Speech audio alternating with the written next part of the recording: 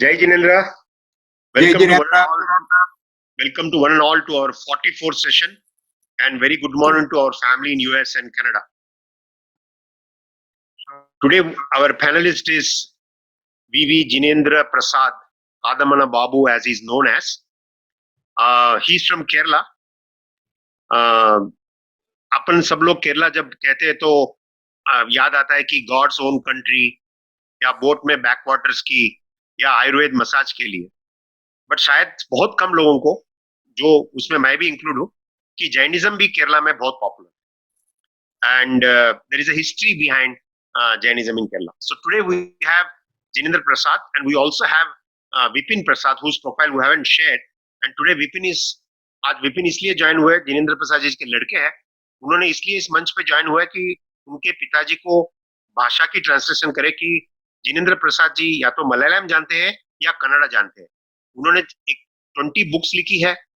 वो जैनिज्म केरला में और जैनिज्म वयनाड में के बारे में पूरा जानते हैं, बट उनकी भाषा जो है वो या तो मलयालम है या फिर कन्नड़ा है.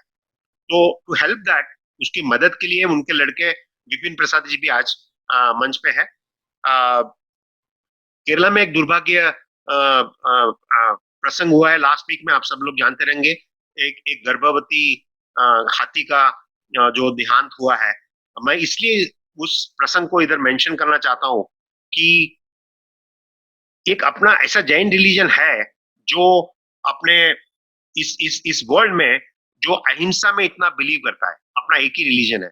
तो आज I will thank you so much, Jinendra Prasad ji, for accepting. Thank you, Vipin, for taking time and helping on this. I'll hand over to Neil, Vipin, and Jinendra Prasad. Vipin ji. Yeah, Jai Jinendra. Good morning to people in the US. Good evening to people in India. Apji, you can greet. Jai Jinendra. ಸಧರ್ಮ ಸಮ್ಯಕ್ತ ಬಂಧುಗಳೇ, ನಾನು ಕೇರಳದ ವಯನಾಡಿನಿಂದ ಮಾತಾಡ್ತಾ ಇರೋದು. ನಮ್ಮ ತಾಯಿ ನುಡಿ Kannada.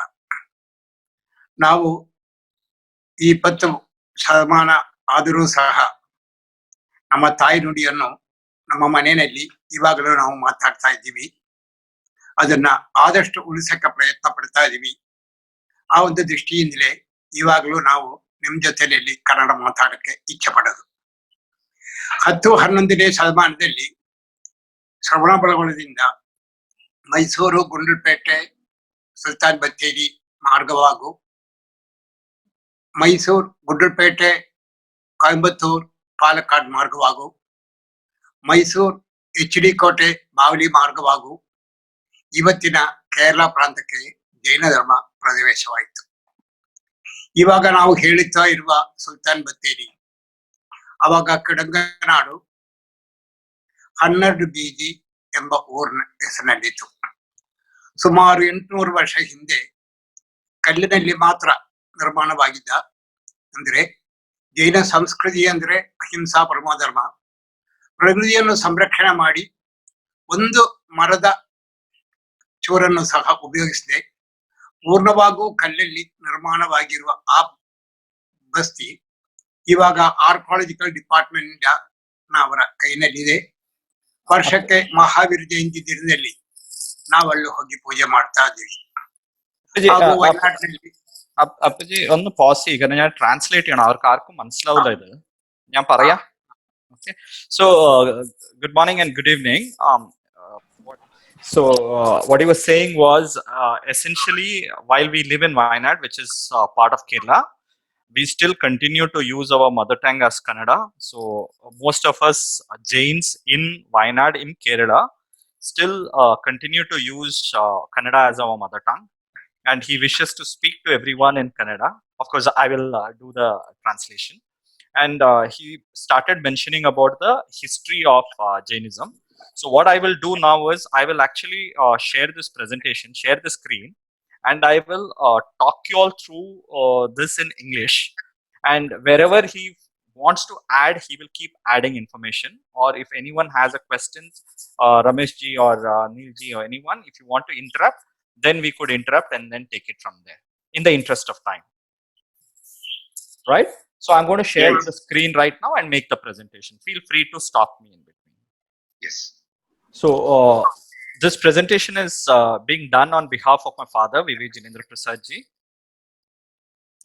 These are the main topics that we will cover today.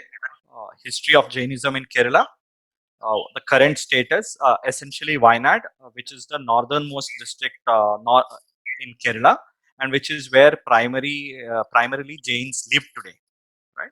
And what are the important contributions done by Jains there?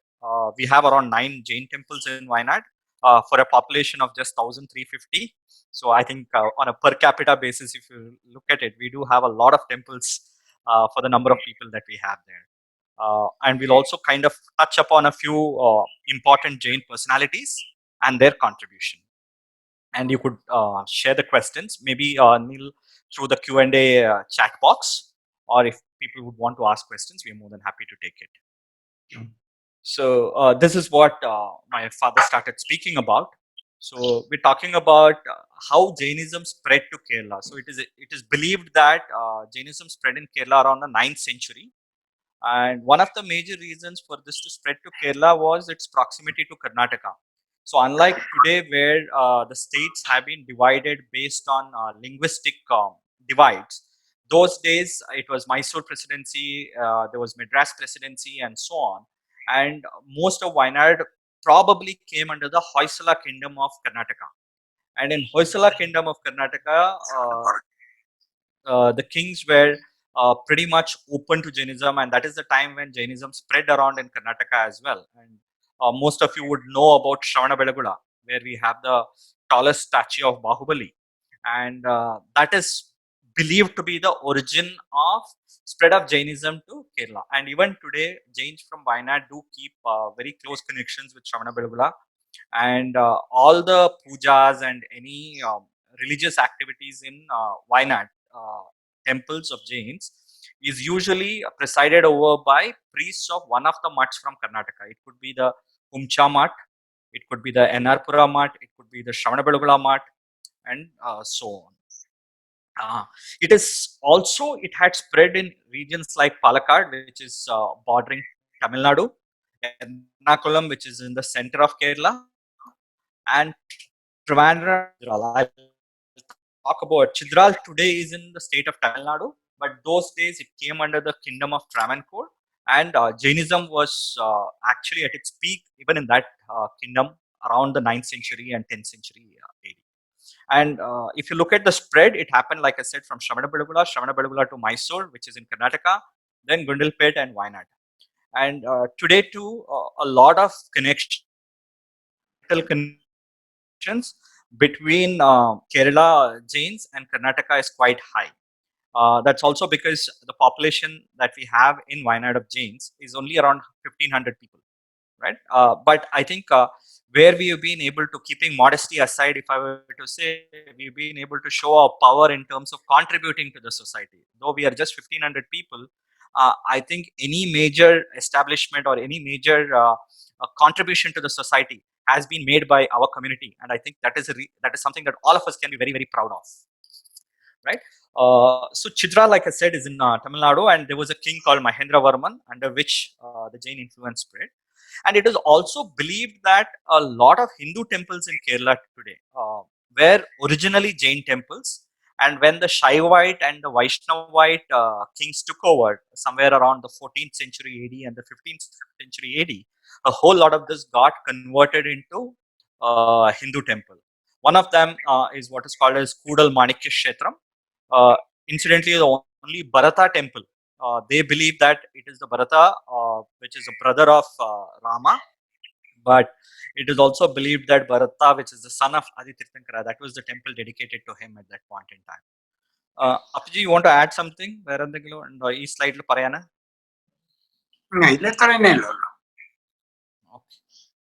So I'm moving on. So, like I said, in Kerala today, Jainism exists mainly in Wayanad, where we could talk about having a history of 400 or 500 years. Of course, few Jains do live in the region called Calicut, Cochin, which are the business centers. who of Jains who have migrated there from Rajasthan or UP more from the purpose of business, while there could be at best 1 or 2 generations, not beyond that, right? And in Wayanad, if you look at it, today we exist in small numbers, like I mentioned. We are all organized under the aegis of what we call as Wayanad Jain Samaj, and I proudly state that it was my grandfather who brought all the Jains together and formed that Samaj around the 1960s. And this has been divided into around 9 units for administration and communication, and the 9 temples that we will talk about. So each of out of the 350 families, around 50 families each are ascribed to a particular temple. So they, whatever functions, religious activities that has to be done is done under the presiding deity of that particular temple region. It is also more geographically divided across Wayanad. On Deepavali, all the Jains there come under one roof for a day-long competition. It's actually a very, very fun and religious event. So you have competitions of mantras, you have competitions, dance competitions, singing competitions, bhajan competitions. You have lamp art of Jain symbols and so on. So that is one day when all of them really come together, keeping aside everything else. And this also happens around October, November, which is incidentally also the off season, because most of the Jains in Wayanad, or I would not say most, all of us in Wayanad, um, are involved in the agriculture activity, and we essentially grow coffee. 99.99% of our coffee, and so that's the mainstay of income, or that's the mainstay. Of course, people like me and many of our brethren have moved away from there into cities like Bangalore. For instance, I live in Bangalore. Our generation has moved away from there, while our roots are still there, for professional reasons and for either business or to take up professional careers. Have moved away from there. But so that's the time that this is held. I'm also proud to state that Jains have contributed significantly towards the development of Wayanad. The first school and the high school in the district of Wayanad was established in 1944, and today is also the first high-tech school in the Kerala state under Jain management. It was set up by Mr. M.K. Jinendra ji. I'll speak about him in the prominent personality section. Varadur AUP school was established in 1949 by my grandfather, who was just 29 years of age at that point in time, and close to 10 other schools. And why schools is a very important thing, like all of us know, is I think for any progress of any region, education is the stepping stone, right, for spread of knowledge or spread of development and other things. And I think we Jains have played a significant role in this in the development of Wayanad. Apjay, anything else here? വേറെ എന്തെങ്കിലും add ചെയ്യാനുണ്ടോ? ഇനി അമ്പലങ്ങളെ കുറിച്ച് പറയാനാ? ഇല്ല, ഞാൻ പറയാം. ഇവിടെ എന്തെങ്കിലും ആഡ് ചെയ്യാനുണ്ടോ ഇതിന്? ഇല്ല ഇല്ല. So this, like I said, MP ആയിരുന്നു എന്ന് പറഞ്ഞല്ലോ ജിനേന്ദ്രൻ. So these are schools set up. Couple of images just for pictorial representation. So what you see on the left is the first school that was set up. I think close to around 10 acres of land would be available. Today the school ground is even used as a emergency helipad for the district of Wayanad. It is been privy to any kinds of political, social, cultural stuff there. What you see on the right is the Varadur AUP school that we spoke about. And this is a newly constructed building, but it's been in existence since 1949. My uncle manages it today. Contribution to society, like we spoke about. This is the Krishna Gowda Hall, the largest community hall, not necessarily for Jains, but the largest community hall in the district of Wayanad. Incidentally, this hall was let out to the district administration when the district got formed. And today, not just Jains, any community functions get held here. Strictly vegetarian, while many of you may know that Kerala is known for its non-vegetarian culture and food, but this is something that we have still held on, saying that the place will be let out only for people who will use vegetarian and other food there. This was what you see at the bottom, the Mahatma Gandhi Museum, was done in year 2013 to commemorate Gandhiji's visit to Wayanad, and this is still under Jain management, and it's close to the Calcutta Temple, which we will talk about. Next, we'll speak a little about the ancient Jain temples, which is under the archaeology department today, and then we move on to temples in Wayanad. So, if you see here, I've covered around 4 temples. Out of those 4 temples, 3 are under archaeological department. The 4th one, which is the Palakkad Temple, is being managed by Jains of Wayanad. I'll talk about it. But these are of historical significance. The first one, which is Sultan Bathery Jain Temple, which was built around 800 years ago, and there's no piece of wood which is used in its construction. Today, the archaeology department hands over the temple to our community there for 1 day in a year. So Jains in Wayanad celebrate Mahavir Jayanti in this temple. And that's the only day that we are allowed to use that.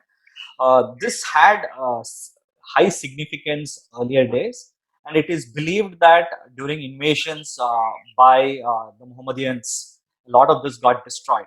And while we do not have proof to substantiate it, today we believe that in this town called Sultan Bathery, which is in the district of Wayanad, a lot of Muslims still are vegetarians. So it is believed that a lot of them would have got converted into a Muslim region or Islamic region, but have continued to have their food habits and food traits in this. They themselves may not know about it. I really do not have records to substantiate it, but this is hearsay as far as that's concerned. The second one, Nirwaram Temple, this was built around the 14th century. Unfortunately, it's in completely ruined state today.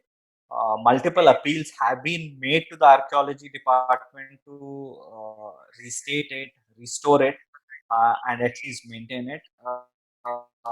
There are hundreds of thousands of visitors who visit these sites, because Wayanad also happens to be a very hot tourist location in India. I mean, in Kerala and in India today, very close to Bangalore, which is on 5 hours. So you do get a lot of people coming here to these temples. The Chidal Jain Temple, currently it is in Tamil Nadu, like I mentioned earlier. Earlier, it was part of the Travancore region. And this is supposedly a very, unfortunately, I've also not visited it, but it's supposedly a very, very beautiful temple.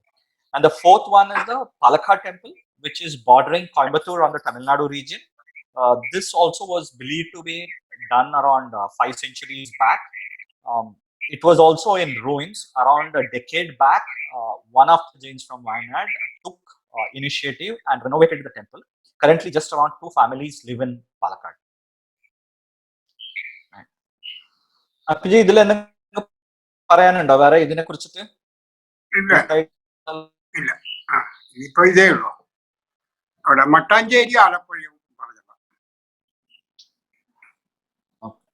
There are apparently 2 more temples, which is in Alappi and Mattanjeri. If any of you are interested in knowing a little more about this, please do get in touch with us. I do have a directory of a lot of Jain temples in Kerala, which incidentally got converted into Hindu temples, believed to be Jain temple, which has got converted into Hindu temples. And at one side, some of those things look very interesting, but on the other hand, it looks very unfortunate. Why I say interesting is the chronicling of Jain temples in Kerala maximum has been done by Christians and Muslims who are studying for their PhD.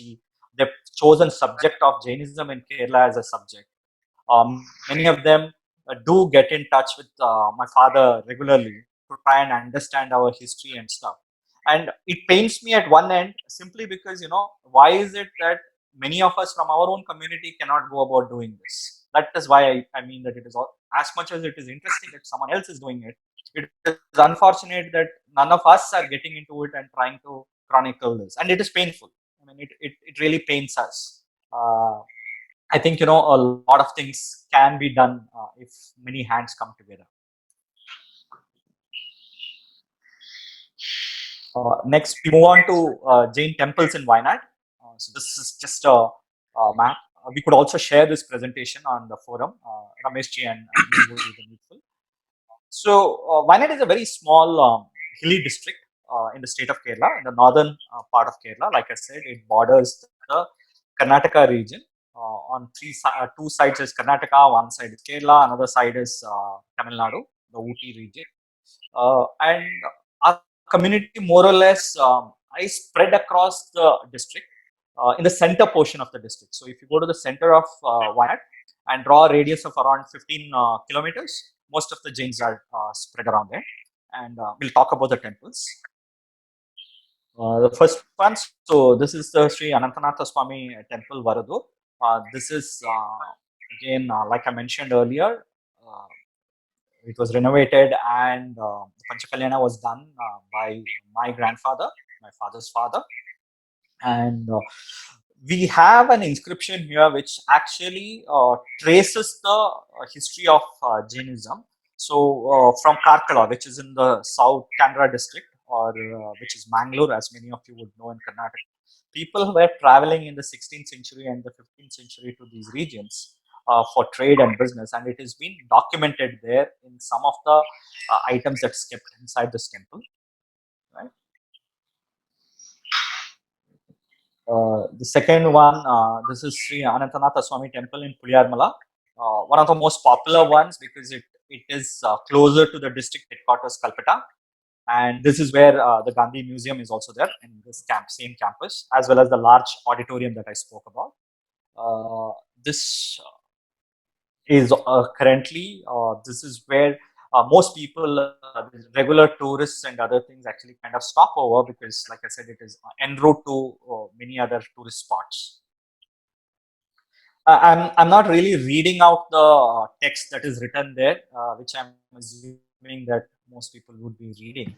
So this is the Shantinatha Swami Temple in Vineyard. So like I mentioned a few minutes back, the families, the 350 families are organized around the temples. So around 30 to 40 families take care, and there are trust members from there who take care of each of these temples.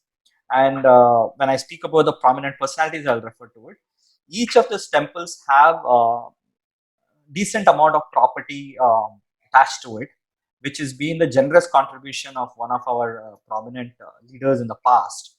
That he said that at no point in time these temples should face financial difficulties or trouble. So there is close to, I think, 5 acres of coffee estate aligned to each of these temples. So, correct, Apiji?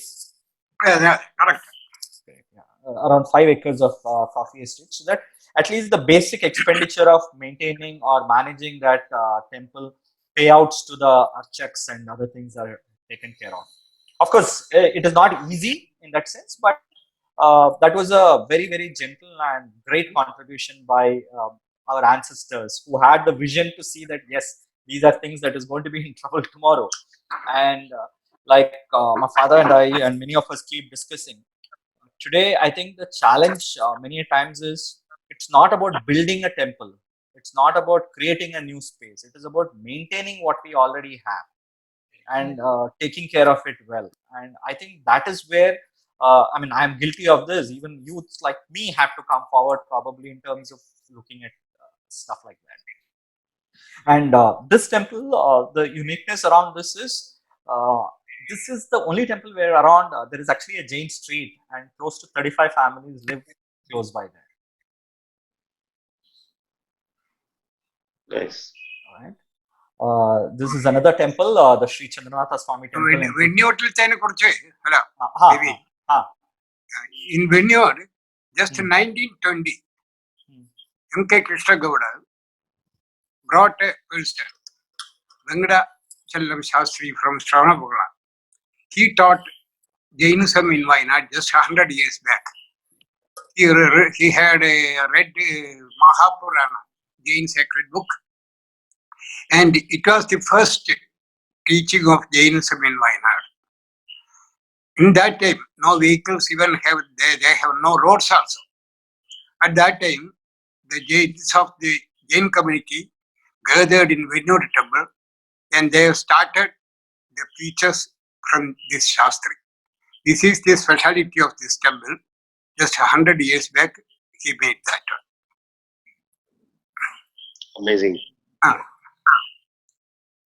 So yeah, the next one is the Sri Chandanatha Swami Temple, Puttangadi.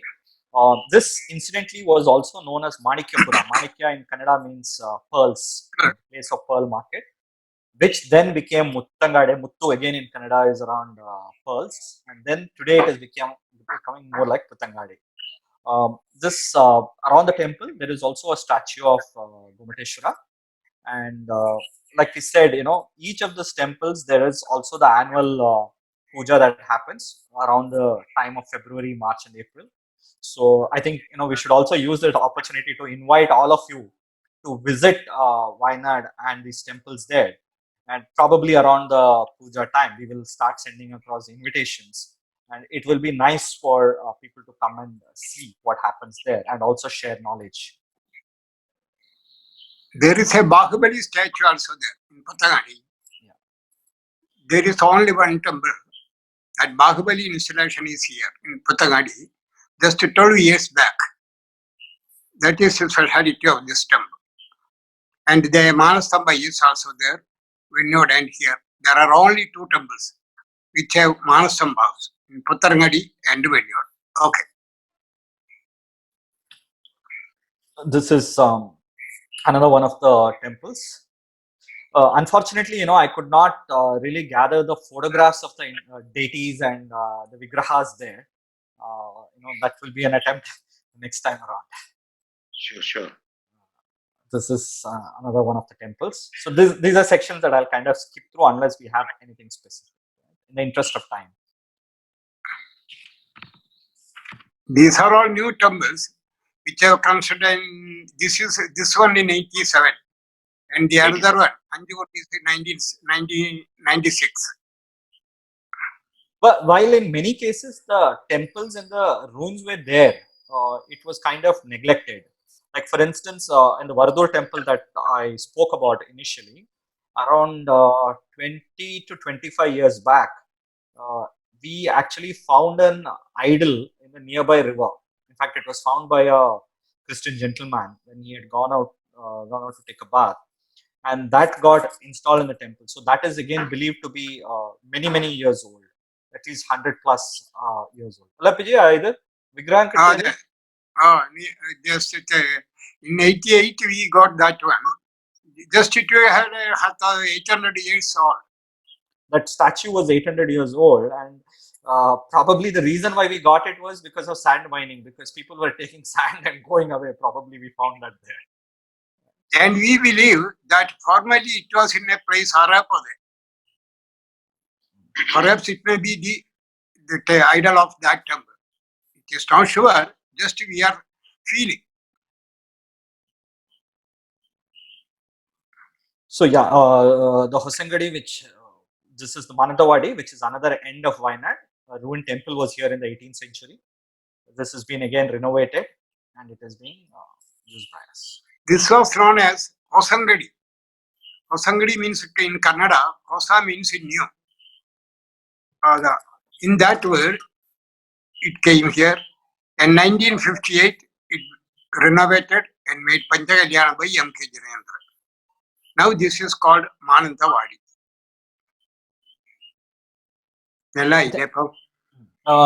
And perhaps this is the most interesting and most important one.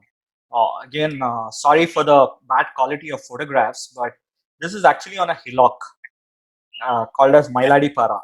Maladipara got its name because it's dancing of peacocks. Mail means dancing thing. So earlier days, apparently there was a huge idol of Chandanatha Tirthankara, and this was destroyed by miscreants, and only small remnants of it remain today.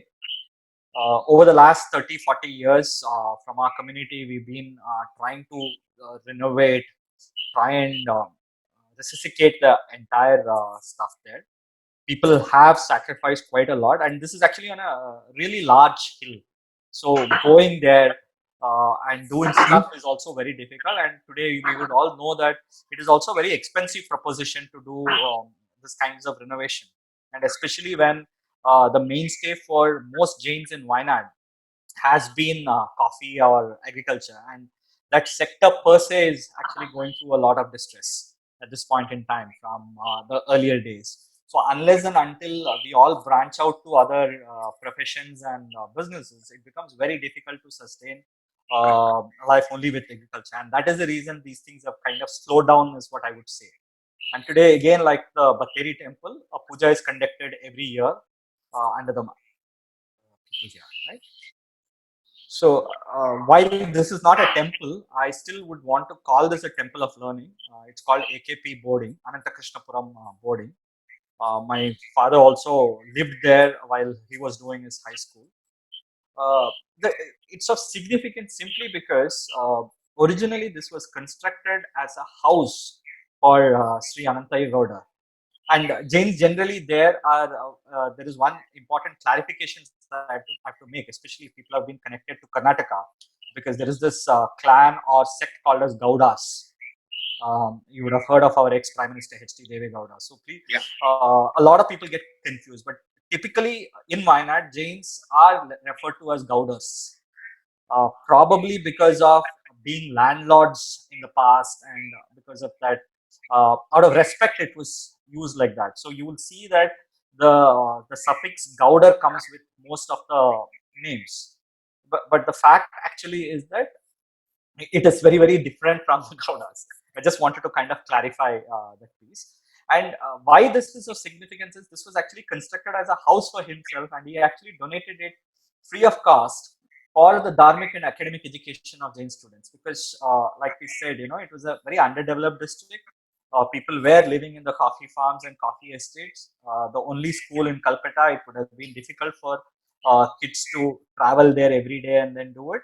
So he actually converted this into a Jain boarding and had a Shastriji as a supervisor, and who was teaching dharmic lessons around Jainism after the school hours are done. So while they are staying at this place. And I think this played a really, really significant role. ഞാൻ കുറച്ച് പറയാം. If I am speaking before you, this is the institution which inspired me and which taught me. Srikanta Bujabadi Shastri, he is no more, but I respect my living teacher. He taught just nearly 40 years there, and nearly average 80 to 100 students were there, boys and girls. Sianthia Gowda, he made this charity work. Padmaya Gowda, he was probably coming there and preaching Dharmiya subjects. It is the core and the soul of the Jain community, and this Ananthakrishnapuram body nowadays empty because of no students are coming here. On those days, people are going the nearest high schools. Now there are so many high schools.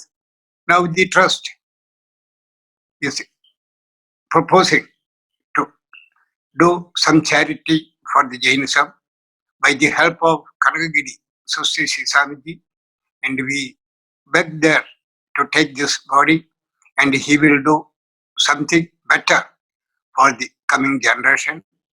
And this Ananthakrishnapuram body was the basic school of the Jains, and it was a sacred place to us all. For India, ഇത് ഞാൻ പറയണം. ഞാൻ പറയണമെങ്കിൽ പറയാം, നിങ്ങൾ നീ പറഞ്ഞോ, പിന്നെ അവർക്ക് മനസ്സിലാവുമല്ലോ അമേരിക്കയിൽ. ശരി. So the prominent personalities, we will quickly cover this and then close that out. I think the most important personality is Sri M.K. Jinendra. He's also considered to be a founding father of modern Wayanad. So a proud thing for Jains, not just about Jains. A great visionary. He started the first high school, like we mentioned, and he's also the first to introduce telephone, a post office, a petrol station, a vehicle garage. Anything that you can think of in the district was first introduced by M.K. Jinendra. He was the member of the second Lok Sabha, and he was a chief whip of the Congress parliamentary party at that point in time when Jawaharlal Nehru was the prime minister. And he's donated extensively to Jain temples across Kerala and Karnataka. That's about him. He was the person who auctioned in 1967 in Shravanbugula, the Masab Shaga time. He auctioned for 47,000 rupees for the Purna Kumbha. On that time, it was we are proud about him still. He is the shape of the modern Wayanad.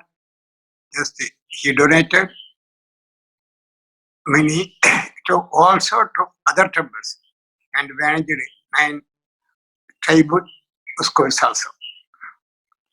അപ്പൊ ഇനി 5 minute അത്രേ ഉള്ളൂ, ഞാൻ വേഗം ആയിക്കോട്ടെ പോവാണ്. ആയിക്കോട്ടെ, നീ എടുത്താൽ നീ പറഞ്ഞാൽ മതി. ശരി. So this is Sri MP Virendra Kumar. Unfortunately, this has been a sad moment for us because he just passed away last week of cardiac arrest. He was 84 years old.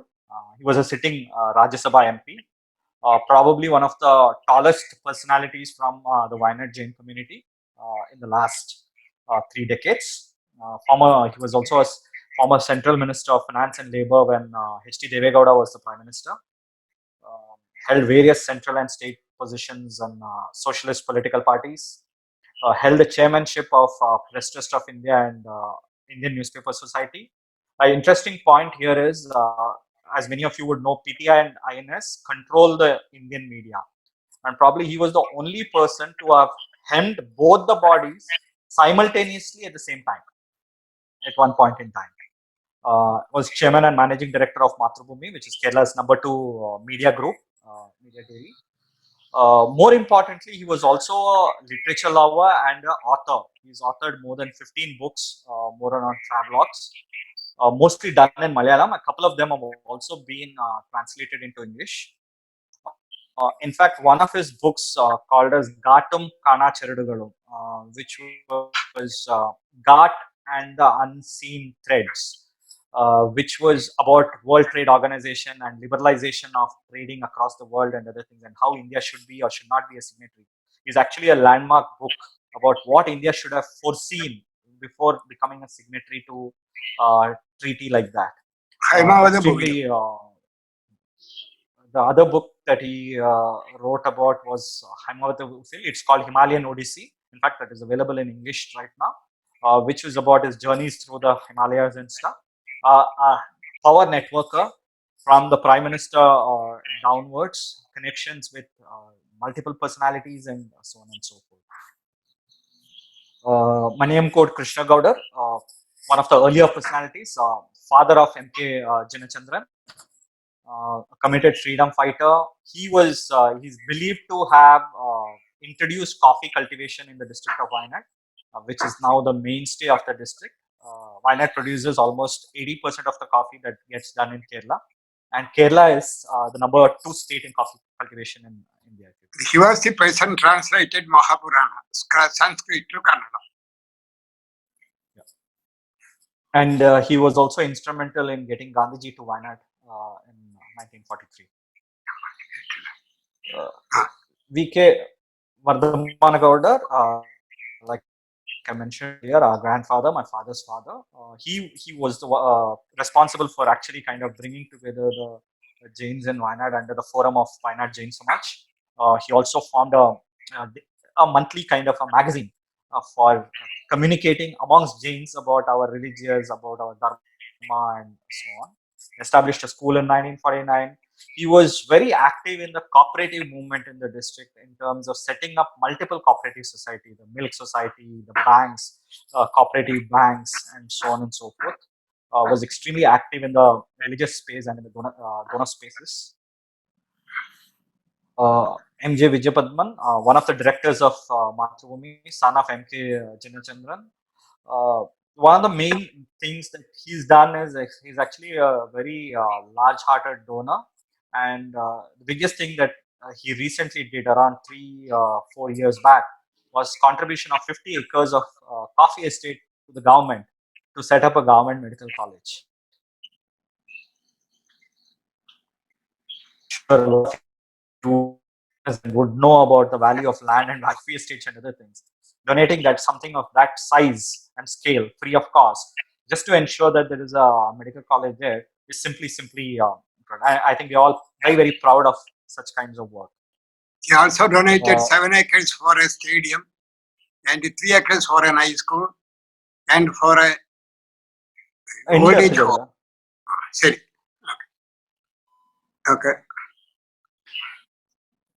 This is NV Shyams Kumar. He's the son of MP Virendra Kumar, the current, if I may say, star from the Jain community of Wayanad, who's again known in state circles as well as national circles. Again, a power networker. Also, hence the Mathrubhumi group today, and he's introduced television, internet, and a whole lot of other things there. So I think the other from these were mostly from social and political and contributions and stuff. We also had two people from there who took sainthood. Shantmati Bai Mataji, who took she was the first Mataji from Wayanad in 1950, and Kanakachandranadi Muni Maharaj, the first Muni from Wayanad in around 1985. And I think we will end by inviting all of you to visit us in Wayanad. Please do come, visit us. We will be more than happy to host you, share whatever we know about the place, take you around, do whatever it takes. Welcome all and thank you. ಎಲ್ರಿಗೂ ನಾವು ನೀವೆಲ್ರಿಗೂ ವಯನಾಡ್ನಿಗೆ ನಾವು ಹಾರ್ದವಾಗಿ ಸ್ವಾಗತ ಮಾಡ್ತೀವಿ. ನಿಮ್ಗೆ ಇಂಥ ಒಂದು ಅವಸರ ಕೊಟ್ಟಿದ್ದಕ್ಕೆ ಇದಕ್ಕೆ ಸಂಬಂಧಪಟ್ಟ ಎಲ್ಲರಿಗೂ ನಮ್ಮ ವಂದನಾ ಅರ್ಪಣೆಗಳು, ಕೃತಜ್ಞತೆಗಳನ್ನು ಅರ್ಪಿಸುತ್ತೇನೆ. ಜೈ ಜಿನೇಂದ್ರ. ನಮಸ್ಕಾರ. Thank you everyone. I'll just translate that. Thank you for giving us this opportunity to present. It was a great opportunity to share the news of Jains in Kerala, and this is something that personally also I'm based in Bangalore, and I keep getting asked this question. Oh, you're from Kerala and there are Jains in Kerala. So I think we are to blame if we have not really publicized that, and we will. Thank you once again, everyone. Jai Jinendra. Thank you, Jinendra Prasad ji. It's so nice of you. Thank you, Vipin Prasad. I can say a few things about and summarize before Neil Bhai and Dr. Parvati's session starts. I am feeling painful, guilty that we all don't know that Jainism, how rooted it is in Kerala and Wayanad. We, from the Jain talks, try to bring, we have similarly seen the experience from Sindh in Pakistan to Kerala in India, where we see how Jainism was spread, and we all have just forgotten, and this become a smaller and smaller community. So painful and guilty because in our own community, people don't know many things which they would have known, and I hope one day through this platform, all non-sectorial it becomes, and the root of Jainism becomes one, and people will come to Wayanad to visit the Jain pilgrimage centers, not for tourism, and make Wayanad as a Jainism center, and people can visit there and see the importance of Jainism. As you mentioned, it was nice to see how the donation was there, and also such a great personalities who you talked about, had the chairman of PTI, Newspaper Society, and also those days has briefed on how the World Trade Organization, WTO, they spoke on, or how influential they were in the cabinet minister, either becoming a Rajya Sabha member or a ministerial position in the Deve Gowda's time. Many of us probably will not be knowing that this is the Jain community people who have hold the highest positions in the government and all. We're really, really proud. I'm so happy and glad that today this has come into limelight. I wish I can do this for every state in this country and see how rooted the Jainism is in India as well as other parts of the world. Really, really, I'm really feeling guilty and painful at the same time. Very happy, as Vipin told. Thank you, Jinendra Prasad ji, Vipin, for taking time and putting this together. Neil bhai. Thank you. I guess Vipin भाई ने बहुत ही clear से समझा दिया है, यानी मुझे summarise करने की जरूरत नहीं है, ऐसे मुझे लग रहा है।